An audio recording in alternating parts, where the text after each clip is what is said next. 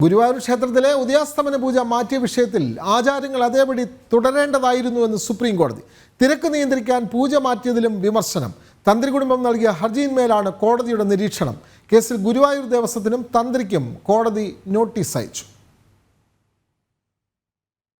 ഗുരുവായൂരിൽ വൃശ്ചികമാസ ഏകാദശിയിലെ ഉദയാസ്തമന പൂജ മാറ്റിയത് ആചാര ലംഘനമാണെന്ന് ചൂണ്ടിക്കാട്ടി തന്ത്രി കുടുംബമായ പുഴക്കര ചേന്നാസില്ലത്തെ അംഗങ്ങൾ നൽകിയ ഹർജി പരിഗണിക്കവെയാണ് സുപ്രീം കോടതിയുടെ നിർണായകമായ നിരീക്ഷണം. കാലങ്ങളായുള്ള ആചാരങ്ങൾ അതേപടി തുടരേണ്ടതായിരുന്നുവെന്ന് ജസ്റ്റിസുമാരായ JK മഹേശ്വരി, രാജേഷ് ബിന്ദൽ എന്നിവരടങ്ങിയ ബെഞ്ച് നിരീക്ഷിച്ചു. തിരക്ക് നിയന്ത്രിക്കുന്നതിന്റെ പേരിൽ ആരാധനാമൂർത്തിയുടെ അവകാശങ്ങൾ നിഷേധിക്കാനാകില്ലെന്ന് വ്യക്തമാക്കിയ കോടതി പൂജ മാറ്റിവെച്ച നടപടിയെ വാക്കാൽ വിമർശിച്ചു. കേസിൽ ദേവസ്വം ഭരണസമിതിക്കും തന്ത്രിക്കും കോടതി നോട്ടീസ് അയച്ചു.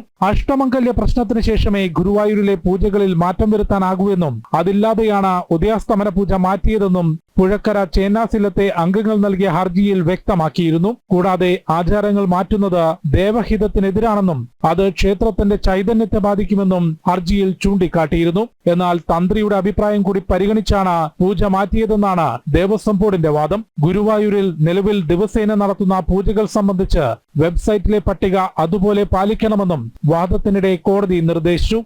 ജനം